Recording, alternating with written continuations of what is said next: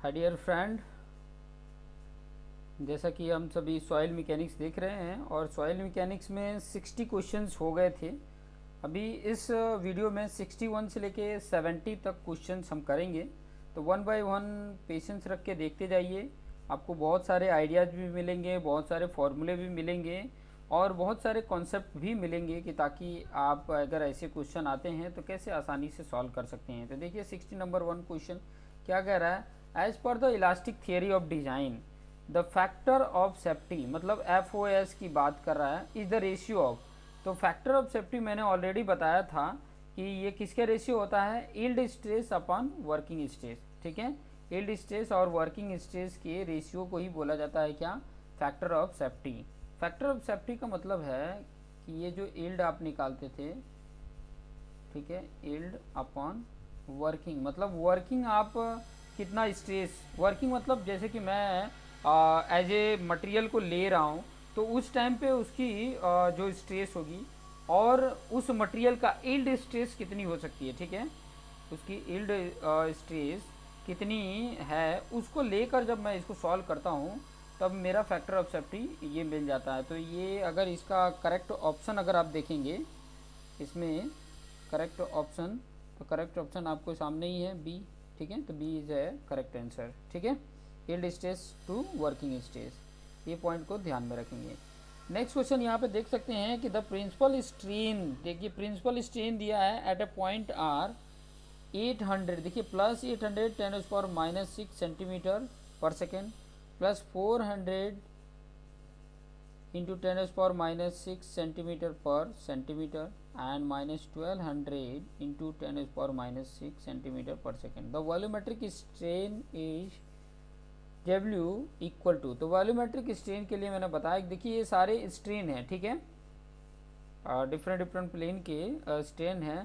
तो आपको पता ही है कि वॉल्यूमेट्रिक स्ट्रेन का फॉर्मूला क्या होता है। वॉल्यूमेट्रिक स्ट्रेन यहाँ पे बोला है कि वो डब्ल्यू है। ठीक है, वॉल्यूमेट्रिक जो स्ट्रेन है वो डब्ल्यू है और डब्ल्यू अपना आपको पता ही है कि डेल वी अपन वी होता है। और इसका फॉर्मूला आपको पता ही है कि मैं निकाल के बताया हूँ कि epsilon X plus epsilon Y plus epsilon Z, तीनों डायरेक्शन में ये है। ठीक है, अभी मान लीजिए कि पहला एक्स है, दूसरा वाई है, तीसरा जेड है, तो सारी वैल्यू यहाँ पर पुट कर दीजिए, आपको मिल जाएगा। देखिए सब में 10⁻, सब में अगर देखोगे तो 10⁻⁻6 कॉमन है। ठीक है, माइनस कॉमन कर लो, फिर बाद में ये 800 प्लस 400 माइनस 1200 करोगे तो जीरो वैल्यू आ रही है, तो इसका आंसर हो जाता है जीरो। ठीक है, तो ये चीज़ें ध्यान में रखिएगा, इसका ऑप्शन क्या है, डी है।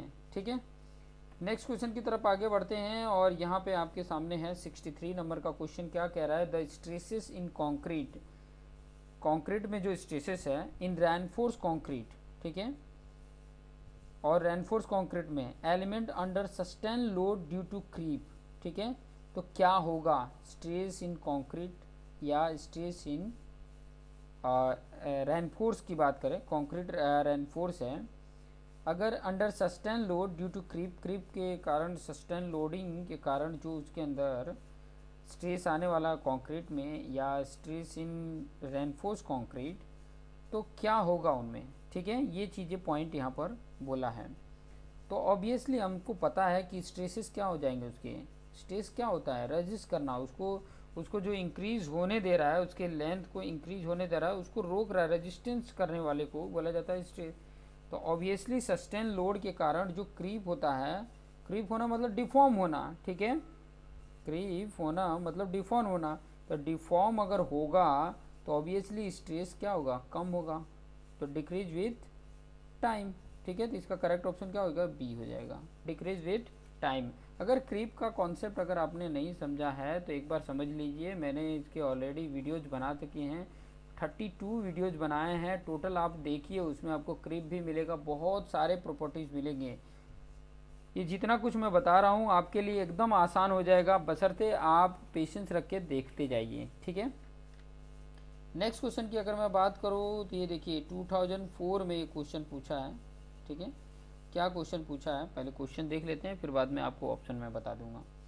अब ब्रास, ठीक है, of solid section is encased in a steel tube shown in figure. ठीक है, इनके उसके अंदर है। ठीक है, the coefficient of expansion steel is 11.2 into 10⁻⁻6 per degree Celsius, मतलब थर्मल एक्सपांसन स्टील का दिया है। और थर्मल एक्सपांसन ब्रास का भी दिया है 16.5 into 10⁻⁻6 per degree Celsius. Composite bar is heated, पहले ही बोल दे, देखो कंपोजिट बार मतलब कंपोजिट बार है ये, ठीक है, जो जिसमें ब्रास है और स्टील है, उसको heated through 60 degree Celsius. Now consider the following statement. अब स्टेटमेंट देखना है, देखिए मैं स्टेटमेंट आपको दिखा रहा हूँ। यहाँ पर इस तरीके से है, ठीक है, इस तरीके का आपको देखने को मिल जाएगा। स्टील है, ब्रास है, स्टील है, इस तरीके का कंपोजिट सेक्शन है। एक तरफ क्या है आपका फिक्स है, ठीक है, इनके किया हुआ है। यहाँ पे ऑप्शन भी देख सकते हैं, यहाँ पे थोड़ा सा मैंने छोटा कर दिया कि ताकि आपको आइडिया मिल जाए।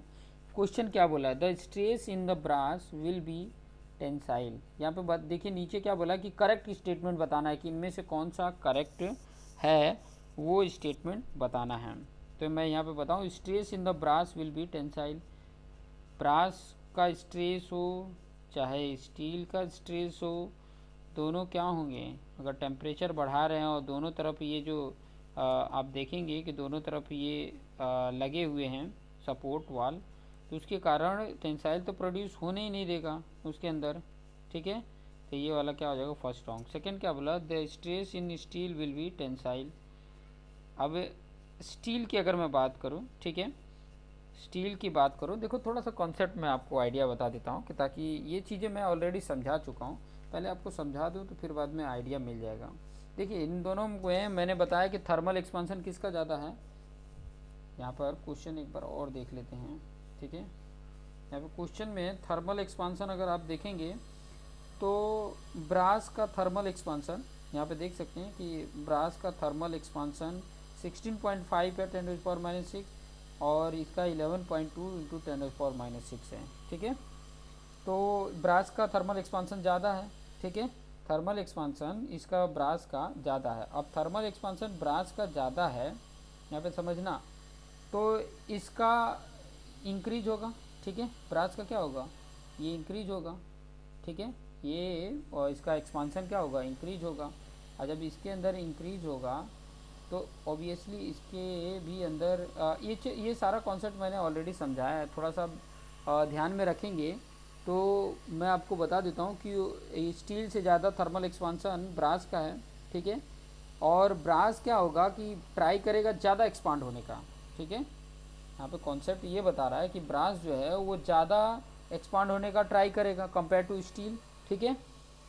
और ऑब्वियसली एक्सपांसन क्या होगा, will be written by steel, ठीक है, एक्सपांसन उसका, क्योंकि दोनों तो एक ही जितना बढ़ना चाहिए, तो उसका एक्सपांसन कौन रोकेगा, स्टील रोकेगा, क्योंकि दोनों मतलब सेम अमाउंट के मूव होंगे।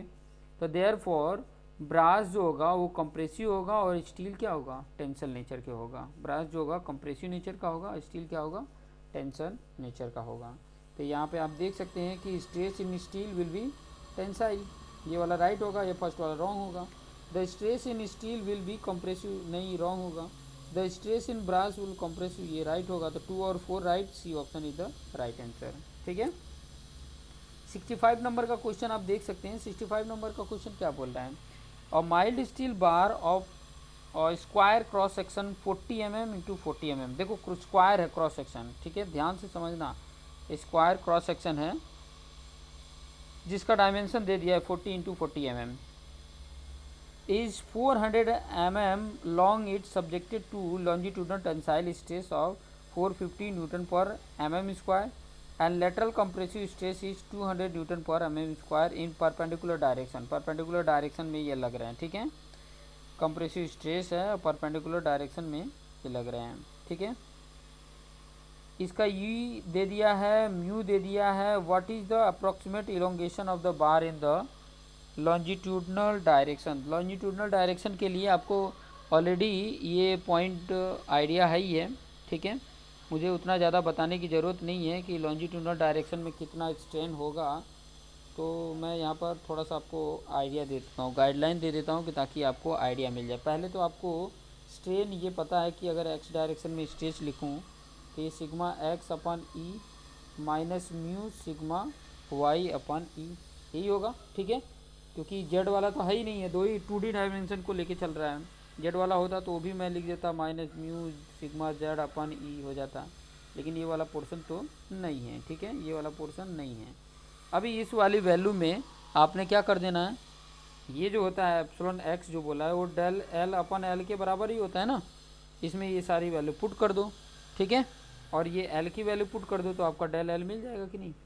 ठीक है, तो ये कैलकुलेट करने पे जो मेरी वैल्यू आ रही है वो 1 mm आ रही है, तो करेक्ट ऑप्शन डी होगा। ठीक है, ये कॉन्सेप्ट थोड़ा सा ध्यान में रखेंगे तो आपको आइडिया मिल जाएगा।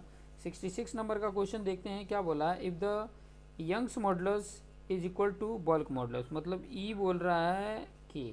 ठीक है, कॉन्सेप्ट में ये बोल रहा है। Then what is the value of the Poisson's ratio. अब देखो ई का फॉर्मूला आपको ये पता है 3k1 - 2μ। अब ई जो है वो के बराबर है, तो यहाँ पे के जगह पे ई रखोगे तो ये दोनों कैंसिल। ठीक है, बचा क्या है यहाँ पे देखोगे तो 1 - 2μ, इधर क्या बचेगा 1/3 आ जाएगा, ये 3 इधर आ जाएगा। तो फिर उसके बाद से ये -2 इधर लेके जाते हैं, 1 इधर लेके आते हैं, तो 2μ इक्वल टू क्या हो जाएगा 1 - 1/3। तो इसकी वैल्यू कितनी आ जाएगी 1 - 1/3 की वैल्यू 3 - 1 2/3 आ रहा है। अब उसमें 2 का डिवाइड कर देंगे तो 2 कैंसिल हो जाएगा, 1/3 आ जाएगा। म्यू की वैल्यू कितनी आ गई 1/3। ये सॉल्व करोगे, ये कॉन्सेप्ट यूज़ करके सॉल्व करो, आसानी से आ जाएगा। तो यहाँ पे सी ऑप्शन राइट हो जाएगा। ठीक है, यहाँ पे देख सकते हैं सी ऑप्शन राइट हो जाएगा। 66 नंबर का क्वेश्चन देखिए, बड़ा ही आसान है क्वेश्चन, अगर आपको फॉर्मूला पता है तो आसानी से कर लेंगे। ठीक है, कुछ है नहीं। यहाँ पे क्या बोला है, जी मॉडुलस ऑफ रिजिडिटी दिया है, ई मॉडुलस ऑफ इलास्टिसिटी दिया है, म्यू पॉइजन्स रेशियो दिया है। Then what is the expression for G. G का एक्सप्रेशन क्या होगा, तो आपको पता ही है, एक तो ये फॉर्मूला होता है E equal to 2g1 + mu. तो जी इक्वल टू क्या होगा देख सकते हैं यहीं पे, E/2 1 + म्यू। इस फॉर्म में देखो कहाँ पे दिया है, इस फॉर्म में देखोगे तो E/2 1 + म्यू आपका सी ऑप्शन दिख रहा है, तो C option is the right answer. ठीक है, ऐसे ही कई बार ये भी क्वेश्चन पूछ सकता है कि ये जी की जगह पे के दिया है, तो आप के एक्सप्रेशन में क्या लिख सकते हैं। तो आपको ये अभी फॉर्मूला मैंने बताया था अभी कि ई इक्वल टू होता है 3k। क्वेश्चन बन सकता है ना 1 - 2μ होता है, तो यहाँ पे के की फॉर्म में के का एक्सप्रेशन पूछेगा तो ये हो जाएगा E/3 1 - 2μ। ये होगा कि नहीं, इस तरीके का फॉर्मूला आ सकता है। बस रहते हैं आपको कॉन्सेप्ट एक फॉर्मूला याद रखोगे, उससे कई सारे फॉर्मूले आप खुद ही बना लोगे। बशर्ते आपको मैथमेटिकली कन्वर्ट करने आना चाहिए, कॉन्सेप्ट आपको आना चाहिए, तभी आप कर सकते हैं, नहीं तो कहीं ना कहीं आप मिस्टेक कर देंगे। तो ये सब बार बार करते रहेंगे तो आपके लिए आसान है, इजी है। नेक्स्ट क्वेश्चन देख सकते हैं 68 नंबर का क्वेश्चन। यहाँ पर देखिए 68 नंबर का क्वेश्चन क्या बोल रहा है। यहाँ पे इस तरीके का कंडीशन दिया है, 3 वायर्स हैं 1 2 3, यहाँ पे दिख रहा है आपको।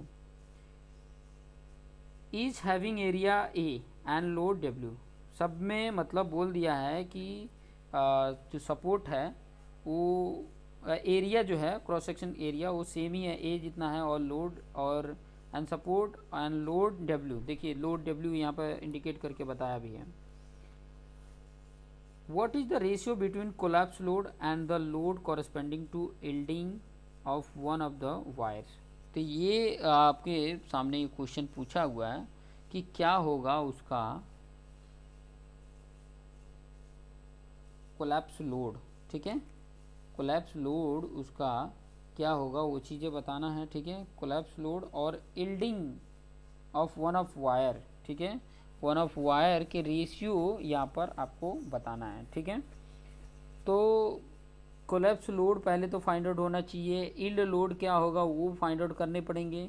ये दोनों आपके फाइंड आउट होंगे, फिर बाद में इन दोनों को रेशियो करेंगे तो आपको फॉर्मूला मिल जाएगा। ठीक है, तो यील्ड लोड क्या है, वर्किंग कोलैप्स लोड क्या है, ये चीज़ें आपको फाइंड आउट करने पड़ेंगे तो आपको आइडिया मिल जाएगा। ठीक है, इसका मैं आंसर बता देता हूँ, अगर फिर भी अगर आपको समझ में नहीं आए, ठीक है, कि ये कैसे निकल के आ रहा है, तो आप एक बार ज़रूर कमेंट करके बताएंगे, मैं ज़रूर इसको एक्सप्लेन करूँगा, सेपरेट एक्सप्लेन कर दूँगा, एक अलग से वीडियो इसका बना दूँगा कि ये किस तरीके से इसका जो वैल्यू आ रहा है करेक्ट ऑप्शन वो आ रहा है 3/2, बी ऑप्शन इसका राइट है। किस तरीके से आ रहा है वो चीज़ें मैं आपको अलग से अगर कॉन्सेप्ट आपको पता चल रहा है, क्योंकि ऑलरेडी मैंने वीडियोस बनाए हैं, अब यहाँ पर भी इसको अलग सेपरेट से मैं इसको बताऊँ तो फिर बाद में ये इसी वीडियो का लेंथ काफ़ी ज़्यादा हो जाएगा।